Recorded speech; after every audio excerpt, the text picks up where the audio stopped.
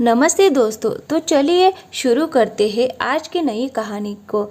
चंदा 16 साल की है। उसने अभी ठीक से अपनी जवानी में कदम भी नहीं रखा था कि उसके परिवार वालों ने उसकी शादी अपने जीजाजी से करवा दी।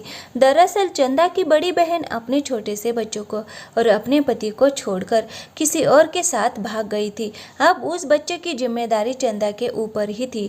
उसकी माँ तो अपनी बड़ी बेटी का भागने का सदमा बर्दाश्त नहीं कर सकी और बिस्तर पकड़ लिया, और उसके पिता तो किसी को कुछ कहने लायक ही नहीं थे। चंदा की बड़ी बहन की गलती को सुधारने और उसके छोटे से बच्चों को बिना माँ के ना रहना पड़े, ये सोचकर चंदा के परिवार वालों ने उसकी शादी उसके जीजाजी से करवा दी। चंदा ये शादी नहीं करना चाहती थी क्योंकि उसे अपने जीजाजी से बहुत डर लगता था। वो उम्र और कद काठी में चंदा से बड़े हैं, लेकिन चंदा के परिवार ने उसकी बात नहीं मानी और उसकी शादी उसके जीजा से करवा दी।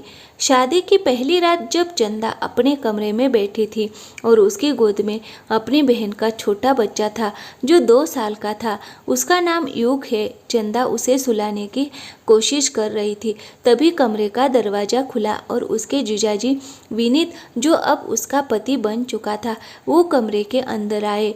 विनीत को देखकर चंदा का दिल काफ़ी तेज धड़क रहा था। चंदा के मन में विनीत को लेकर ऐसा विचार नहीं था। चंदा को लगा कि विनीत अब उसके साथ भी पति की तरह ही रिश्ता रखेगा, लेकिन ऐसा नहीं हुआ।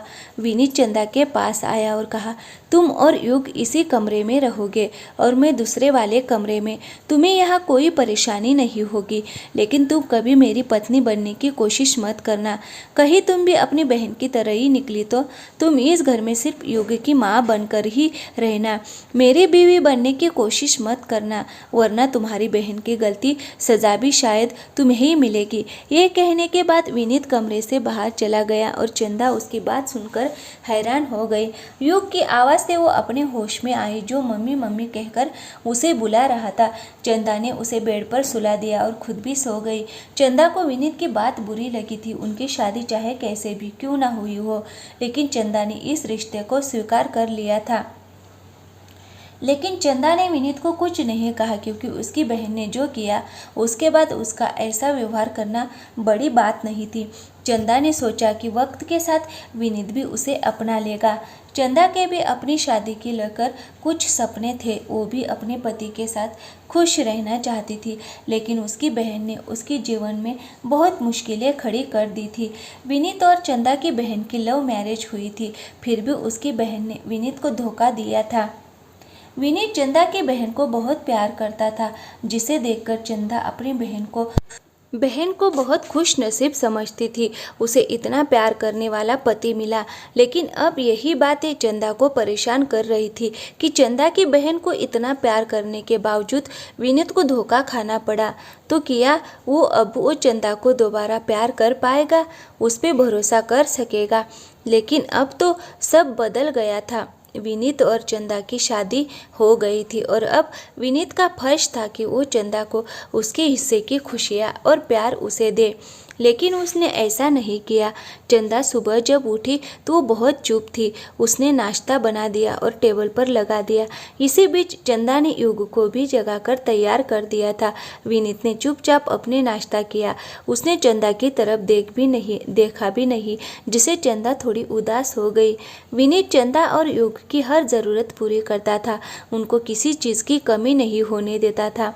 एक दिन चंदा अपने कपड़े अलमारी में रख रही थी, तभी उसकी नज़र एक नई साड़ी पर पड़ी जो शादी के दिन उसके माँ उसे दी थी। चंदा ने वो साड़ी निकाली। चंदा का मन उस साड़ी को पहनने का कर रहा था और अभी उसके पास दूसरा कोई काम भी नहीं था। तो चंदा ने वो साड़ी पहनी, उसकी मैचिंग चूड़ियाँ पहनी और थोड़ा सा मेकअप किया। चंदा बहुत खूबसूरत लग रही थी। वो बाहर हॉल में आकर अपनी फ़ोटो लेने लगी। तभी विनीत घर आया। उसकी नज़र ना चाहते हुए भी चंदा पर ठहर सी गई। कुछ पल बाद वो अपनी होश में आया और चंदा की तरफ गया और उसका हाथ पकड़कर गुस्से में कहा, इतनी तैयार हो के कहाँ जा रही हो, या फिर से ये नया तरीका अपनाया है मुझे अपने करीब करने का? तुम्हें क्या लगा तुम इस तरह मेरे सामने आओगी तो मैं बहक जाऊंगा? ऐसा कभी नहीं होगा। तुम इस घर में सिर्फ युग की माँ की हैसियत से हो। उसे ज़्यादा ज़्यादा कुछ नहीं। ये कहकर विनीत ने चंदा का हाथ झटक दिया, जिस वजह से चंदा की चूड़ियाँ टूटकर उसके हाथ में चुभ गई। लेकिन विनीत ने इस पर ध्यान नहीं दिया। चंदा को कुछ भी कहने का मौका नहीं मिला। वो तो बस ऐसे ही तैयार हो गई थी। उसका विनीत को रिझाने का कोई इरादा नहीं था। चंदा की आंखों में आंसू आ गए। वो अपने कमरे में जाकर रोने लगी। तभी युग भी उसके पीछे कमरे में आ गया। चंदा को इस वक्त अपनी बहन और युग पर बहुत गुस्सा आ रहा था। अगर वो चंदा की ज़िंदगी में नहीं होते तो शायद आज उसकी ज़िंदगी ऐसी नहीं होती। उसके मन में एक पल के लिए युग के लिए नफरत ने दस्तक दी, लेकिन चंदा ने अपने ख्याल झटक दिए। युग चंदा के आंसू पोंछ रहा था और उसे चुप करने की कोशिश कर रहा था। चंदा ने उसे अपने गले लगा लिया। चंदा अब अपने काम से काम रखती और बाकी का समय युग के साथ बिता दिया करती। वो विनीत का भी सारा काम करती थी, लेकिन उसके साथ बहुत कम बात करती थी। कुछ समय इसी तरह बीत गया। आज चंदा का जन्मदिन था। वो विनीत के ऑफिस जाने के बाद अच्छे से तैयार हो गई और युग और खुद के लिए खाना बनाने लगी। आज वो दोनों आलू के पराठे खाने वाले थे। चंदा अपना काम कर ही रही थी, तभी युग उसके कुछ फोटो क्लिक करके विनीत के पास भेज देता है, जिस बारे में चंदा को कोई खबर ही नहीं थी। चंदा खाना बना देती है और उसे डाइनिंग टेबल पर लगा देती है। वो दोनों अभी खाना खाने ही वाले थे कि विनीत घर आ जाता है और बिना कुछ सोचे चंदा पे गुस्सा होते हुए कहता है, ये क्या हरकत है? तुम्हें एक बार में समझ नहीं आता क्या? मुझे ये सब पसंद नहीं है। मैं वहाँ ऑफिस में काम कर रहा था और तुम मुझे अपनी फ़ोटो भेजने में लगी हो। चंदा को तो कुछ भी समझ में नहीं आ रहा था कि विनीत किस बारे में बातें कर रहा है, लेकिन विनीत ने चंदा को कुछ भी कहने का मौका नहीं दिया। चंदा बिना कुछ कहे अपने कमरे में चली गई और दरवाज़ा बंद कर दिया। युग उसके पीछे जाने के लिए रो रहा था, लेकिन चंदा ने दरवाज़ा नहीं खोला। चंदा को युग पे भी गुस्सा आ रहा था। अगर वो चंदा के जीवन में नहीं होता तो आज शायद वो अपने पति के साथ खुश रहती। विनीत युग को लेकर अपने कमरे में चला गया। दूसरे दिन सुबह जब विनीत उठा तो चंदा किचन में काम कर रही थी। उसे लगा कि चंदा युग के साथ बुरा बर्ताव करेगी, क्योंकि युग ने रात को विनीत को बता दिया था कि फ़ोटो उसने विनीत को भेजी थी और चंदा को इस बारे में कुछ भी पता नहीं था। लेकिन चंदा ने ऐसा कुछ भी नहीं किया। वो युग के साथ बहुत अच्छे से रह रही थी। उसने विनीत को भी नाश्ता दिया, लेकिन आज कुछ अलग था। उसने विनीत को एक नज़र देखा भी नहीं। वो विनीत को नाश्ता देने के बाद वापस युग के साथ व्यस्त हो गई। समय इसी तरह बीतता रहा। युग की उम्र अब स्कूल जाने जितनी हो गई थी। चंदा अब बहुत बदल गई थी। उसने अब तैयार होना छोड़ दिया था। वो सादे कपड़े पहनकर ही घर में रहती। बाल भी 2-3 दिन में एक बार बनाती थी। उसने घर से बाहर निकलना भी बंद कर दिया था। एक दिन किसी त्योहार पर सब मिले। चंदा के परिवार के लोग भी वहाँ मौजूद थे और रिश्तेदार भी सब तैयार होकर आए थे। वो सब आपस में बातचीत कर रहे थे। तभी चंदा की माँ ने उसे देखकर कहा, चंदा तुम अभी तक तैयार क्यों नहीं हुई? ना चूड़ियाँ पहनी ना कुछ। उनकी बात सुनकर विनीत का भी ध्यान चंदा पर गया तो वो घर के सादे कपड़े पहनकर अपना काम कर रही थी। चंदा ने उनकी बात सुन के बाद में तैयार होने का बोल दिया, लेकिन वो सिर्फ अपना काम करती रही और सबकी देखभाल में ही लगी रही। शाम को जब सब अपने अपने घर के लिए निकल गए, दूसरे दिन विनीत शाम को घर आते वक्त चंदा के लिए कुछ लेकर आया।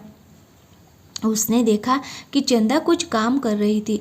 वो उसके पास गया और अपने हाथ लाई शॉपिंग बैग चंदा की तरफ बढ़ा दी और कहा, ये तुम्हारे लिए। चंदा ने उसके हाथ से वो बैग ले ली और खोल कर देखा तो उसमें एक सुंदर सी साड़ी और उसकी मैचिंग चूड़ियाँ भी थी। लेकिन ये सब देखकर भी चंदा ने कोई खास प्रतिक्रिया नहीं दी। वो बैग साइड पर रखकर चंदा वापस अपना काम करने लगी। ये देखकर विनीत ने उसे पूछा, कैसी है साड़ी? तुम्हें पसंद आई? चंदा ने कहा और वापस अपने काम में लग गई, जबकि विनीत उसके साथ बात करने की कोशिश कर रहा था। चंदा को विनीत के व्यवहार बदलाव महसूस हो रहा था, लेकिन चंदा उसे सिर्फ हाँ ना में ही जवाब दे रही थी। रात को विनीत चंदा के कमरे में गया। ये देखकर चंदा काफ़ी चौंक गई, क्योंकि विनीत रात को कभी भी उसके कमरे में नहीं आता था। विनीत चंदा के बेड के पास जाकर खड़ा हो गया और कहा, चंदा, मैं जानता हूँ मैंने तुम्हारे साथ बहुत बुरा किया है, तुम्हें उस गलती की सज़ा दी जो तुमने की ही नहीं थी, लेकिन उस समय मैं बहुत टूट गया था और तुम्हारी बहन ने जो मेरे साथ किया उसे मैं भूल ही नहीं पाया। लेकिन अब मुझे अपनी गलती का एहसास है और मैं हमारे रिश्ते को स्वीकारना चाहता हूँ। क्या तुम मुझे माफ़ कर दोगी? चंदा भी उसकी हालत समझ सकती थी, लेकिन वो ये भी भूल नहीं पा रही थी कि विनीत ने उसके साथ कैसा व्यवहार किया था। इसीलिए वो इस बारे में सोचने का थोड़ा टाइम मान लेती है। विनीत भी उसकी बात से सहमत हो जाता है। समय ऐसे ही बीतता रहा। अब युग भी स्कूल जाने लगा था। चंदा और विनीत का रिश्ता भी अब काफ़ी हद तक सुधर गया था। वो तीनों अपने छोटे से परिवार में खुश थे। तो दोस्तों, कैसी लगी कहानी? अच्छी लगी हो तो वीडियो को लाइक करिए और हमारे चैनल को सब्सक्राइब ज़रूर करें। थैंक यू, धन्यवाद।